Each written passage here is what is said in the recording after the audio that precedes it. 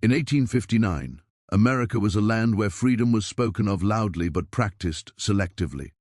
On sprawling plantations, under skies that looked wide and open, black lives were tightly controlled, measured not by dreams or potential, but by labor and obedience. Children born into this world were not welcomed with hope. They were catalogued like property, their futures decided before they could speak their first word. It was in this brutal reality that Samuel Carter was born. There was no celebration, no record written with care, only a mark in a ledger noting another body added to the count. From the moment he opened his eyes, the world around him expected nothing more than silence and submission. The plantation where Samuel was born thrived on routine. Every morning followed the same pattern: the crack of dawn, the sound of boots on dirt, the sharp voice of overseers cutting through the fog.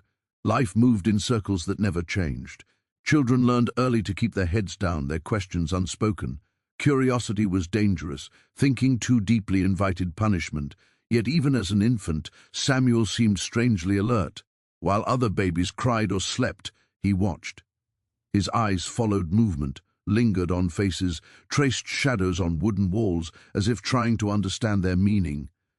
The women who cared for him whispered that there was something unsettling about how much he noticed. As he grew older, that unease only deepened.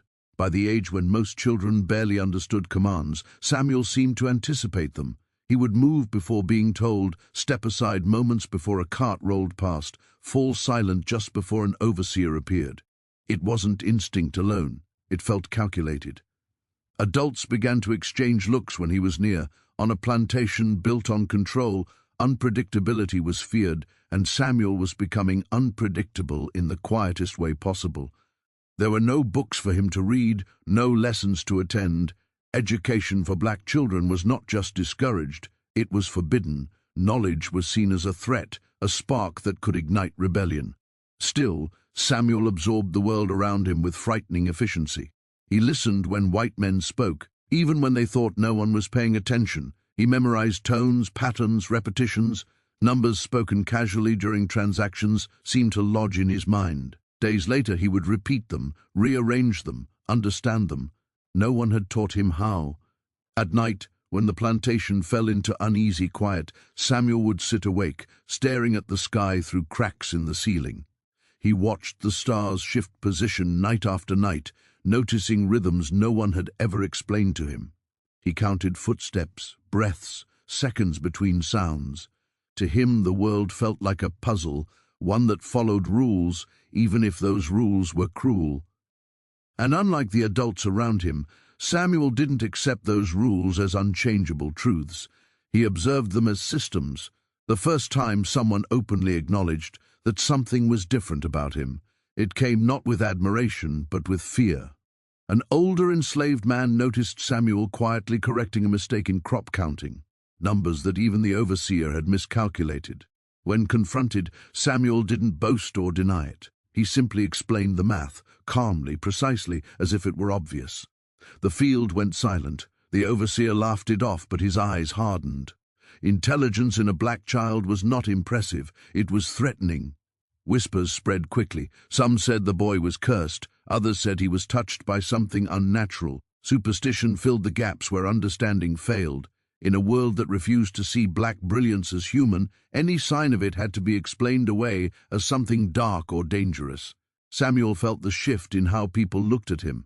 Conversations stopped when he approached. Adults warned their children not to speak too freely around him. He became isolated, not because he was cruel, but because he was different in a way no one could name. Despite this, Samuel never showed anger. He never rebelled openly. Instead, he watched more closely. He learned who lied and who spoke truth, who feared him and who pitied him. He understood power long before most adults did, not because he had it, but because he could see how it moved. He noticed how fear traveled faster than facts, how silence protected lies, how ignorance was enforced as carefully as law.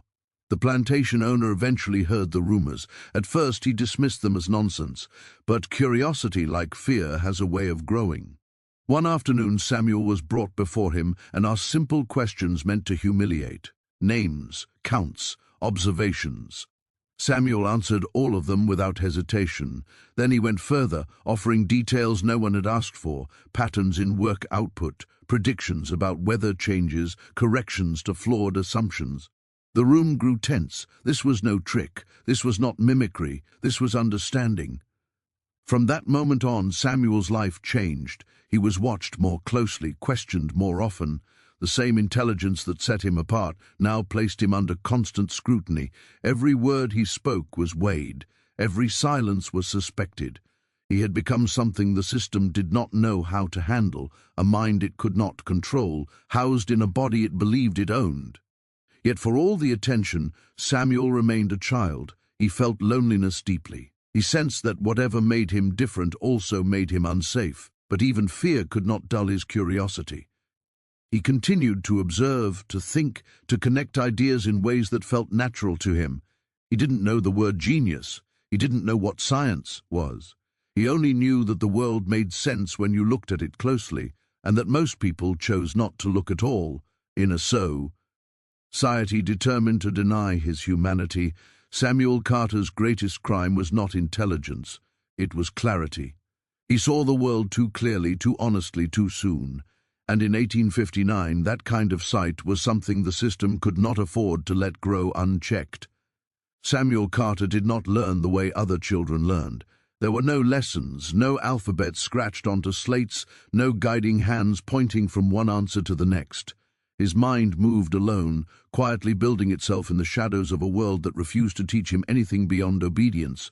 And yet, somehow, he began to understand things no one had ever explained. It started so subtly that even those closest to him did not notice at first. A glance held a second longer than normal, a pause before a task, as if he were calculating something unseen, a calm certainty in his movements, like someone who already knew how events would unfold. Words were the first mystery. Samuel had never been taught to read. The law made sure of that. But words surrounded him constantly, spoken by overseers, written on crates, etched into ledgers, stitched into the fabric of the plantation's daily life. Most people saw these markings as meaningless symbols. Samuel did not. He noticed repetition, the same shapes appearing again and again in the same places, always producing the same reactions from white men. Slowly, without knowing their names, he began to recognize them, not as letters, but as patterns tied to meaning. One afternoon, a scrap of paper fell from a table near the main house. Samuel picked it up before anyone noticed. He didn't know what he was holding, only that the symbols printed on it felt familiar. He traced them with his finger, matching them to sounds he had heard before. His lips moved silently, forming guesses. When an overseer snatched the paper away, Samuel didn't flinch. He had already taken what he needed. That night, lying on a hard wooden floor, he replayed the shapes in his mind, connecting them to memory. Something clicked, not perfectly, but enough.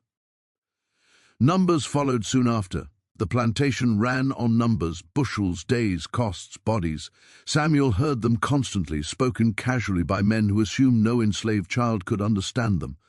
But numbers fascinated him. They obeyed rules, they balanced, they told the truth even when people lied. Samuel noticed how one number always followed another, how certain amounts returned again and again. He began counting everything, steps between buildings, breaths between commands, heartbeats during moments of fear. He didn't know why he did it. It simply felt right. Before long, he started predicting things.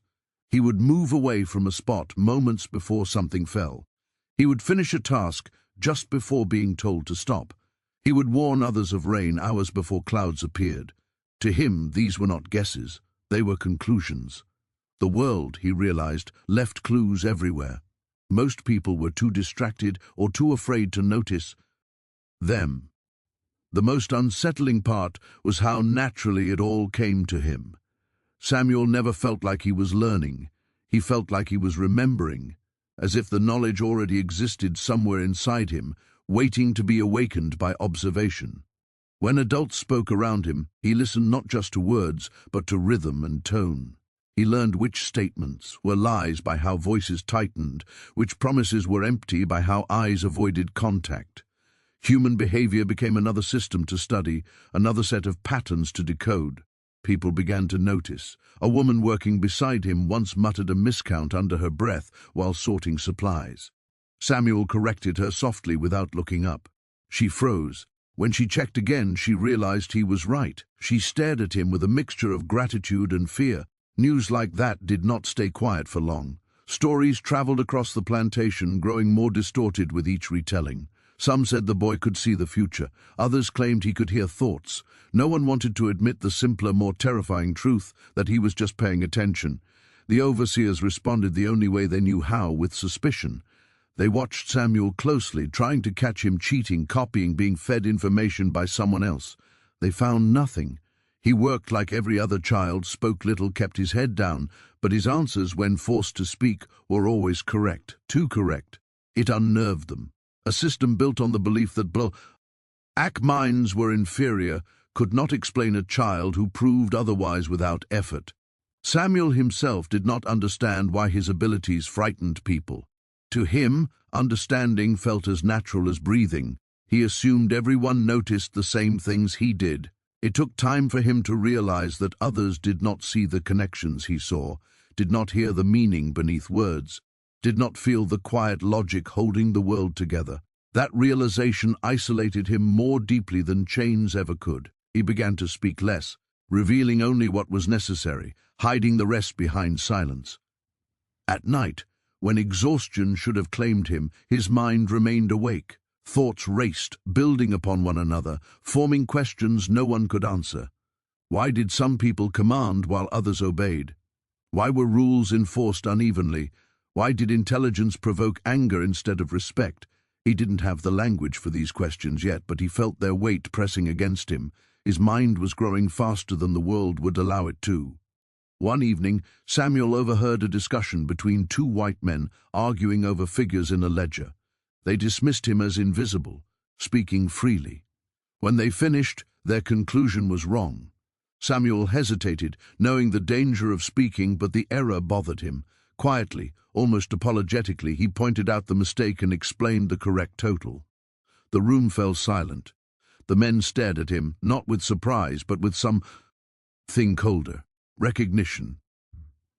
From that moment on, Samuel was no longer just a child who worked too efficiently. He was a problem, a contradiction, proof that something about the world they believed in might be false. And false beliefs, especially profitable ones, do not surrender easily. Samuel began to understand that knowledge could be dangerous, that seeing too much invited punishment. So he adapted. He learned not just how to think, but when not to show it. He allowed others to underestimate him again, masking his mind behind careful simplicity. But inside, his thoughts only grew sharper. Every attempt to suppress his intelligence only refined it, teaching him patience, restraint, and strategy. What no one realized was that Samuel's mind was not slowing down, it was accelerating. Every observation fed another question, every pattern revealed a deeper structure. He was not just learning facts, he was building frameworks, understanding systems, seeing beyond the surface of things, and in doing so he crossed an invisible line. Because a mind that learns without being taught cannot be controlled the same way as one that depends on permission. And in 1859, a black child with an uncontrollable mind was not a miracle to be celebrated. He was a threat waiting to be silenced. The moment science entered Samuel Carter's life, everything changed. Until then, his intelligence had been a quiet disturbance, whispers, rumors, uneasy glances. But science brought authority, papers, instruments, and men who believed they had the right to define truth. They arrived not out of compassion but curiosity sharpened by fear. Plantation owners had spoken too loudly. Overseers had exaggerated too much. Word had reached places where myths were dissected rather than feared. And so men who called themselves scholars came to see the boy who should not have existed. They did not come expecting to be challenged. They came expecting to explain him away. Samuel was taken from the fields and placed in a small room near the main house. The change was immediate and disorienting. For the first time, he was surrounded by objects he had never touched. ink bottles, folded papers, metal tools with unknown purposes. The men who questioned him spoke differently than overseers. Their words were smoother, slower, heavy with confidence. They believed knowledge belonged to them alone, and that anything Samuel displayed could be traced, measured, and contained. The first questions were simple, almost insulting. They asked him to repeat words, identify objects, count aloud. Samuel answered calmly.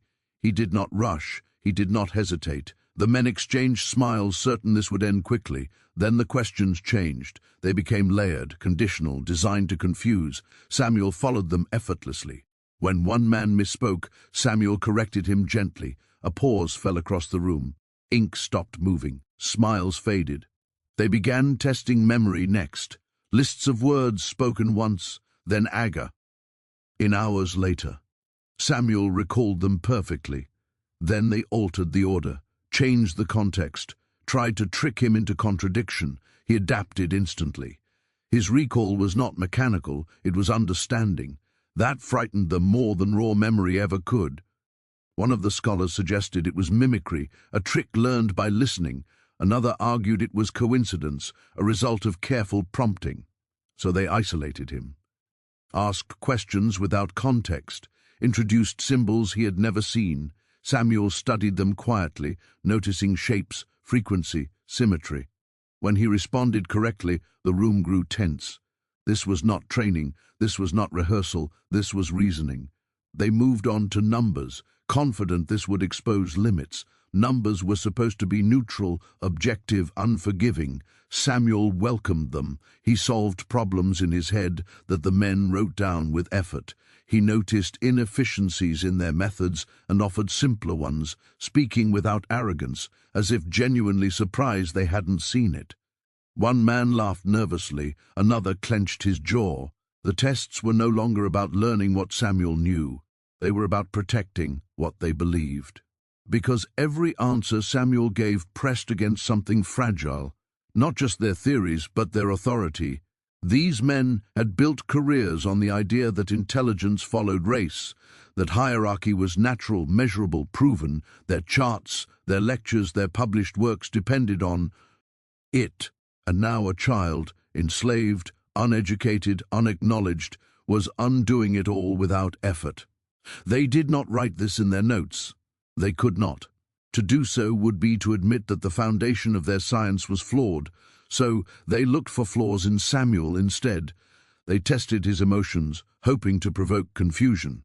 They raised their voices, accused him of lying, threatened punishment. Samuel remained composed. He understood power now. He recognized intimidation as another variable. He adjusted for it. That composure unsettled them deeply. Intelligence was dangerous enough. Emotional control made it worse. They whispered among themselves when they thought he couldn't hear.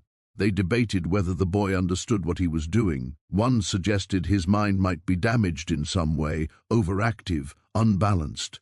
Another proposed that extreme conditions could produce anomalies. They needed a label, something clinical, something that kept control firmly in their hands. A mystery could be tolerated. A contradiction could not. The tests continued for days. Samuel grew thinner, quieter. He was watched constantly. No one explained why he was there or how long it would last. He began to understand that knowledge did not bring safety. It removed it. Still, his mind did what it had always done. It observed, it calculated, it noticed the way the men avoided certain conclusions, how they dismissed results that didn't fit, how they repeated tests hoping for failure. Science. Samuel Real. Eyesed was not just about truth, it was about permission. At one point, a scholar attempted to trip him with a complex logical paradox, something meant for educated adults. Samuel listened carefully, then asked a single question in return, a clarification so precise it unraveled the paradox entirely. Silence followed. The man stared at him, stunned. Then, without a word, he closed his notebook. That notebook would later be altered. Pages removed, conclusions softened, language changed. What could not be explained was reframed as unreliable. What could not be denied was buried beneath cautious phrasing. Samuel's brilliance did not disappear, it was reclassified. The scholars left eventually, carrying their papers and their discomfort with them. Officially, they concluded that the boy showed unusual aptitude, nothing more. Privately, they warned that his existence complicated matters, that such minds, if left unchecked, could inspire unrest. That curiosity was contagious, that some truths, once seen, could not be unseen. Samuel was returned to the plantation, but nothing returned to normal. The way people looked at him had changed again. Not just fear now, but calculation. He had been examined, measured, deemed inconvenient. He had crossed a line invisible to him, but very real to those in power. He was no longer just a rumor, he was a documented problem. At night, alone with his thoughts, Samuel replayed the tests in his mind. Not the questions, but the reactions. He understood. Now that intelligence alone was not what frightened them. It was independence. A mind that did not rely on their systems, their education, their permission. A mind that learned without asking. A mind that could not be owned.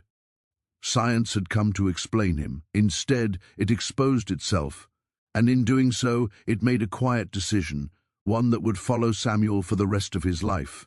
If he could not be explained, he would be controlled. If he could not be controlled, he would be erased. The tests were over. The danger had only just begun.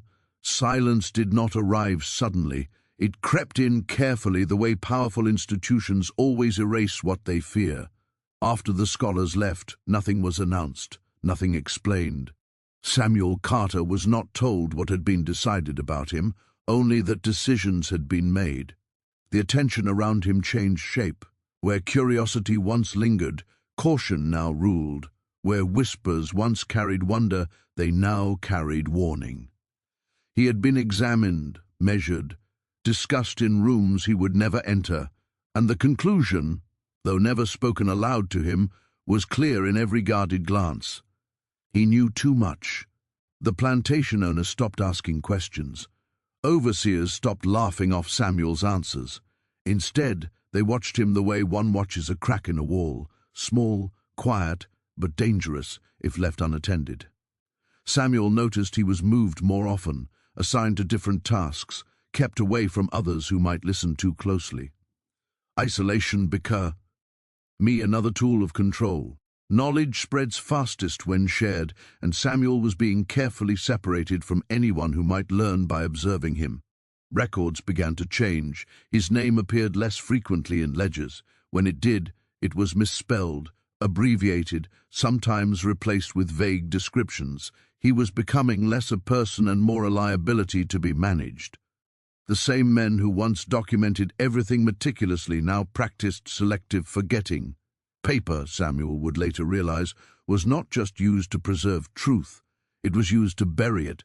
At night, unfamiliar men came and went from the plantation house. Their conversations were low, urgent. Samuel caught fragments when he could, words like risk, precedent, containment. He didn't understand all of it, but he understood enough. His existence had become a problem that required a solution, and history had taught men like these only a few kinds of solutions. One morning, Samuel was told he was being reassigned. No reason given, no farewell allowed. He was taken away from the familiar fields, the faces he had grown up with, the quiet routines that once gave him comfort. He was placed in a smaller, more controlled space, closer to the main house, farther from everyone else. The message was unmistakable: visibility without voice, presence without participation. The questions stopped. The tests ended. In their place came observation. Samuel was watched eating, sleeping, working, speaking, or choosing not to speak. His silence, once protective, was now scrutinized. Even restraint was suspicious. He felt the walls closing in, not physically at first, but socially. People avoided him, not out of cruelty, but fear. Association carried risk. Curiosity could be punished. Samuel had become radioactive.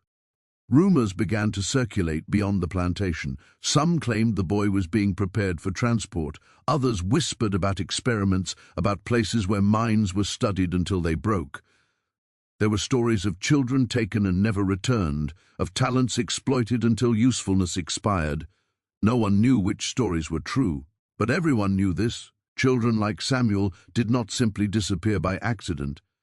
Samuel sensed the shift long before it happened. His mind, always alert to patterns, noticed the tightening schedule, the increased supervision, the way decisions about him were made without his presence. He began preparing without knowing exactly for what. He memorized routes, counted guards, measured time between patrols. Even now, even here, his mind refused to be still. Then, one day, his name was called, not by an overseer but by a stranger, a man with papers, a man who did not look at Samuel as a child but as an object of interest. The words exchanged were brief, formal. Samuel was informed he would be leaving, not freed, not sold, removed. The distinction mattered. Removal meant disappearance without trace. There was no ceremony, no announcement. He was taken before dawn, when questions slept and witnesses were few. No record of where he was going was left behind, only vague references to special observation, a phrase broad enough to mean anything or nothing. What followed exists only in fragments, reconstructed from inconsistent accounts and unfinished documents. Some claim Samuel was transported to a private facility where minds were studied under the guise of science. Others insist he was relocated to another plantation under a false name, his identity intentionally dissolved. There are whispers of tests that went further, darker, designed not to understand, but to exploit. No version ends with clarity. That, too, was intentional. What is certain is this: after that morning, Samuel Carter ceased to exist in any official sense. No birth record, no death certificate, no burial. The absence is deliberate. Systems that profit from certainty fear anomalies, and Samuel was the most dangerous kind, one that could not be explained away as coincidence. The scholars who had examined him never published full findings. References to their visit appear briefly in correspondence, then vanish. Footnotes without sources, claims without evidence. The academic trail dissolves just as Samuel did. When later questioned, some denied the encounter entirely. Others dismissed it as exaggerated rumor. Silence, it seemed, had been agreed upon without ever being formally declared. Samuel's disappearance did not bring peace. It brought caution, for hours after, stories circulated of children who showed signs of unusual intelligence being watched more closely, corrected more harshly, broken earlier. The lesson had been learned, not by the oppressed, but by those in control. Genius, if allowed to grow unchecked, could unravel narratives too carefully constructed to be questioned. And yet, silence has a weakness. It leaves space for memory. Among those who had known Samuel, his absence became louder than his presence had ever been. People remembered the way he listened, the way he understood, the way he looked at the world as if it was something that could be decoded rather than endured. Parents warned their children to hide their cleverness, to play dumb, to survive. Samuel became a cautionary tale told in whispers, his brilliance reduced to a warning label. Somewhere in some archive there may still be a document that mentions him in passing, a line crossed out, a page removed, a result deemed inconclusive. But even if every piece of paper bearing his name were burned, it would not erase what truly frightened them. They did not silence Samuel Carter because he was wrong. They silenced him because he was right, because his mind proved that intelligence was never about race, only about access. Because his existence exposed the lie at the heart of an entire system, because if one child could see through it without being taught, then others might follow. And truths like that do not stay contained forever. History oft and pretends that silence means absence. But sometimes silence is evidence. Evidence that something too powerful, too disruptive once existed and had to be removed before it changed everything. Samuel Carter's story did not end when he disappeared from view. His mind, a force that had already unsettled entire plantations and challenged the very authority of science, did not stop thinking simply because the world had decided to ignore it. What made him dangerous was not just his intelligence, it was the clarity of it. A clarity that the world around him could neither understand nor tolerate. By the time he reached adolescence, he had already learned the most important lesson of all: brilliance without opportunity is not merely invisible, it is perilous. Even as a child, Samuel had noticed that his every thought was weighed against fear. People did not merely fail to understand him, they feared what he could do with that understanding. Adults on the plantation, once indifferent, had shifted to suspicion. Scholars who had examined him formally had left, their authority threatened by results they could not explain. Every observation Samuel had made in his early years, every calculation and deduction, had culminated in one undeniable truth: a mind that grows freely in chains is a threat, and that was a lesson Samuel never forgot. He carried this understanding silently, like a second skin. There was no anger, no outburst. Anger was unsafe. He learned patience instead. He learned strategy. He began to measure not only what he knew, but how it could be revealed, when it could be revealed, and to whom. Each movement, each word, became a tool. His intellect, once unshielded, became a form of armor. The world had tried to erase him, but he could not be erased. Not truly, not yet. In the years that followed, Samuel was relocated again, though records remained inconsistent. Some accounts suggest he was sent north, away from the oppressive oversight of the plantations, to be observed, under the guise of education or experimentation. Others hint at hidden estates, where wealthy men sought to possess and manipulate minds for their own gain. Regardless of the location, the pattern remained the same. Samuel was controlled, monitored, and contained, yet within him, his mind continued to expand. He learned more in confinement than most could in freedom, not merely absorbing knowledge but synthesizing it, connecting dots others did not even know existed. By now, Samuel understood the true nature of the world he had been born into. Power was not granted, it was taken and protected. Knowledge was not neutral, it was wielded as a weapon. The plantation had tried to shape him into a tool, the scholars tried to categorize him into a curiosity, but Samuel's mind refused simplification.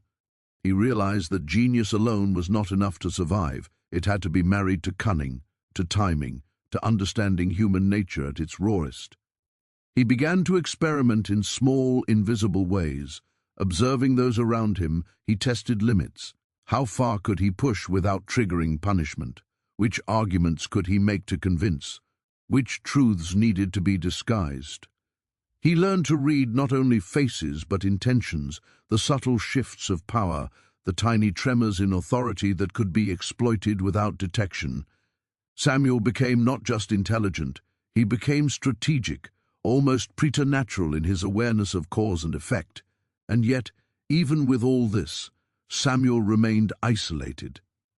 The world had no place for someone like him. Freedom was not offered, trust was impossible, companionship was dangerous. Other children, adults, even those who sympathized with him, could not truly comprehend the breadth of his mind. He was both too young and too advanced, too brilliant for his time. That tension shaped him, sharpening his perception of human nature. He understood the fragility of systems built on assumptions of inferiority, the fear that unchecked intelligence could inspire, and the lengths to which people would go to suppress it. Over time, Samuel's knowledge became a silent rebellion. He did not lash out, he did not protest. His very existence, however, was a challenge to every lie he had been told about the world, about people, about himself. He had discovered, early and unmistakably, that intelligence could not be confined to the boundaries imposed by others. The system that sought to control him had misjudged the very essence of a mind unbound. Samuel's brilliance, they realized too late, was both his shield and his power. And there were moments when his mind reached beyond survival, when it sought to create, to innovate, to test ideas that no one else could imagine. He devised methods to record observations secretly, to communicate in ways that circumvented authority, to challenge the assumptions of those who claimed to know more. Each of these acts was small in appearance but monumental in implication, a reminder that human intelligence cannot be contained by walls, laws, or fear. As Samuel moved through adolescence, the danger of his existence grew exponentially. He had become an anomaly too significant to ignore. People whispered about him as a ghost, a force hidden in plain sight. Some feared he would escape and reveal truths they had long worked to suppress. Others simply wanted him contained, a living proof of the fragility of their power. But Samuel had learned the art of invisibility as a shield. He was everywhere and nowhere, always watching, always learning, always growing. In private moments, Samuel contemplated the broader implications of what he had seen. He understood the fundamental injustice of a society built to deny opportunity based on birth. He understood that intelligence, no matter how profound, could be a curse if not allowed to flourish. And he understood, too, that freedom was not merely the absence of chains, it was the ability to think, to act, to exist without fear.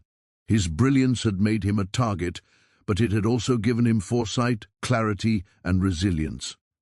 Samuel's story became a quiet testament to the world's failure to recognize potential. It was proof that genius cannot be legislated out of existence. He was living proof that systems of control crumble when confronted by minds unwilling to accept imposed limitations. And yet, he remained largely invisible, unrecorded, uncelebrated. History, he realized, did not honor the inconvenient truths, nor those who disproved them. His brilliance was both a weapon and a burden, a light in the darkness that no one dared fully acknowledge. Even as the years passed, Samuel did not stop learning. He explored ideas far beyond what anyone imagined possible for a boy who had been born into chains.